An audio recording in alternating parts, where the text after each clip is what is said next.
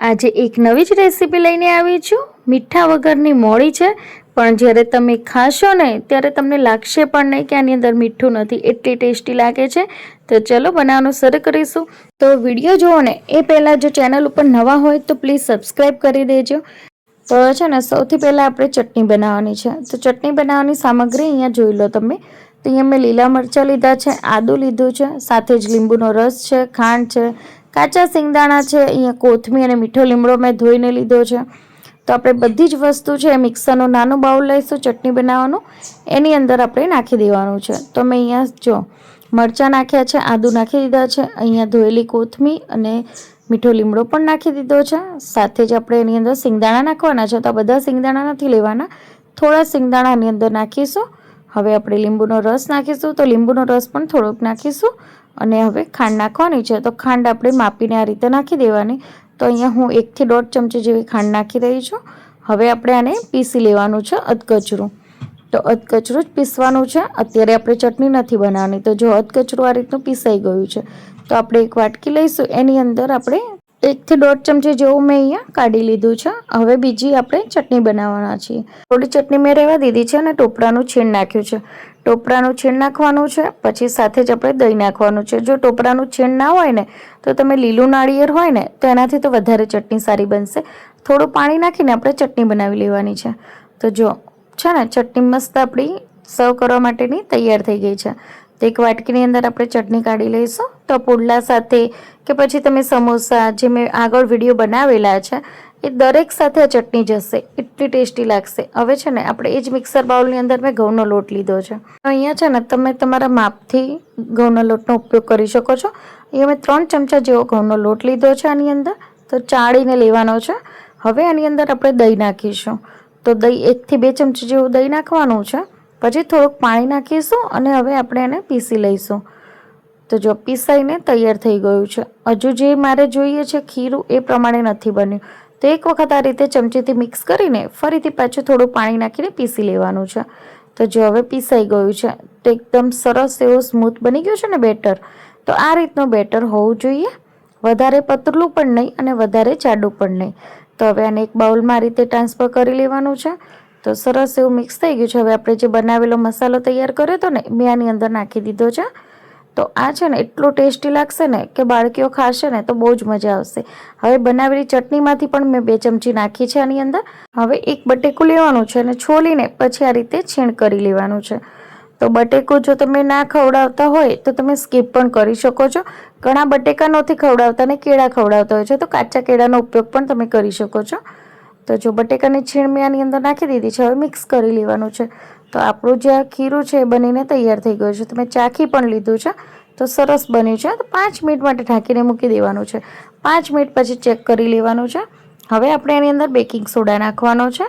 તો અત્યારે તો માર્કેટમાં બધાને મળી જ જતો હોય છે, તો આપણે જો આટલો ચપટી જ નાખવાનો છે, વધારે નથી નાખવાનો। અને એની ઉપર આપણે લીંબુનો રસ નાખવાનો છે, એટલે એક્ટિવેટ થઈ જશે અને ફટાફટ આ રીતે મિક્સ કરી દેવાનું છે। અને હવે આપણે પુડલા બનાવવાના છે એના। તો તમે આને આંડવો પણ કહી શકો છો, પુડલા પણ કહી શકો છો, જે તમારી મરજી હોય એનું નામ આપી શકો છો તમે।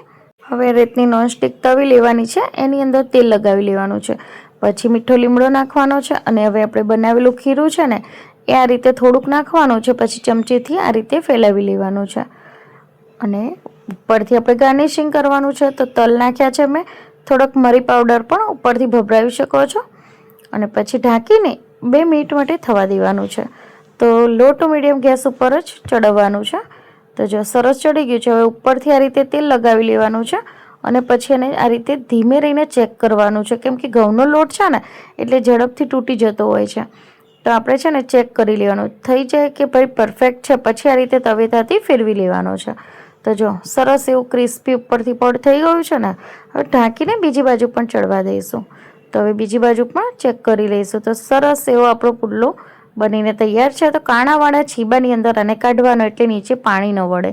હવે ફરીથી આપણે સેમ એ જ પ્રોસેસથી બીજો પુડલો પણ બનાવી લઈશું। તો જો બીજું પણ મેં આ રીતે નાખી દીધું છે, સેમ એ જ પ્રોસેસ કરવાની છે।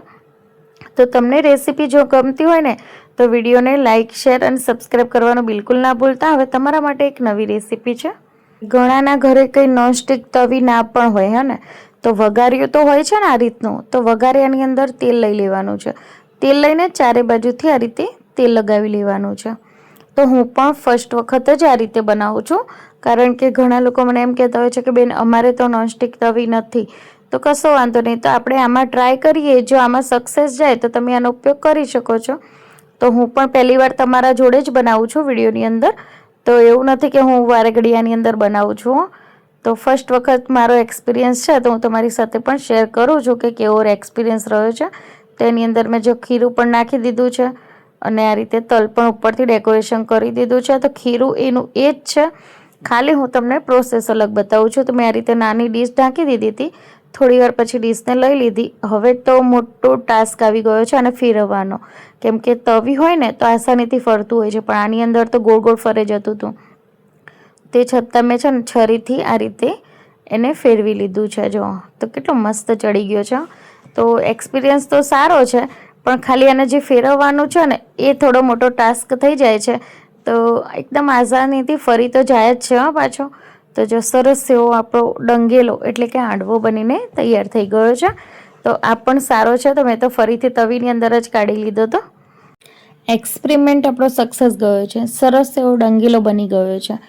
તો પુડલા, ડંગેલો અને ચટણી મેં સર્વ કરી લીધી છે. તો મેં આ બંને વસ્તુ ટેસ્ટ કરી હતી ને, તો સૌથી વધારે મને પુડલા ભાવ્યા હતા. એનું કારણ એ છે કે પુડલા છે ને પાતળા છે ને, એટલે છોકરીઓને ખાવામાં પણ ખૂબ જ મજા આવશે અને મને પણ એ જ વધારે ભાવે. તો ડંગેલો છે થોડોક જાડો હોય છે ને, એટલે તમે જાણે ખીચું ખાતા હોય છે ને આપણે લોટ બાફેલો, એ રીતનો એનો ટેસ્ટ આવતો હોય છે. તો જો તમારી દીકરીઓને એવું ભાવતું હોય ને તો તમે બનાવી શકો છો. પણ બંને રેસીપી ખૂબ જ સારી છે. તો તમને જે પણ ફાવે એ તમે ટ્રાય કરી શકો છો. તો આજની રેસીપી છે ને એની અંદર ખીરું તો એક જ હતું, પણ બનાવી છે આપણે બંને વસ્તુ, હે ને. તો તમને કઈ વધારે સારી લાગી ને એ મને કોમેન્ટમાં જરૂરથી જણાવો. તો જો પુડલો કેટલો સરસ દેખાઈ રહ્યો છે. તો લો ફ્રેન્ડ્સ, તમે પણ જમી લો. સાથે જ આપણે ડંગેલો પણ તોડીને બતાવું તમને, એ પણ ખૂબ જ સરસ બન્યો છે. તો ચલો મળીશું નેક્સ્ટ વિડીયોની અંદર. જય શ્રી કૃષ્ણ. તો તમને મારા વિડીયો ગમતો હોય તો મારી ચેનલને સબસ્ક્રાઈબ કરજો, વિડીયોને લાઈક કરજો અને વધારેમાં વધારે વિડીયોને શેર કરજો. તો ચલો મળીશું નેક્સ્ટ વિડીયોની અંદર. જય શ્રી કૃષ્ણ. આવજો. Bye bye.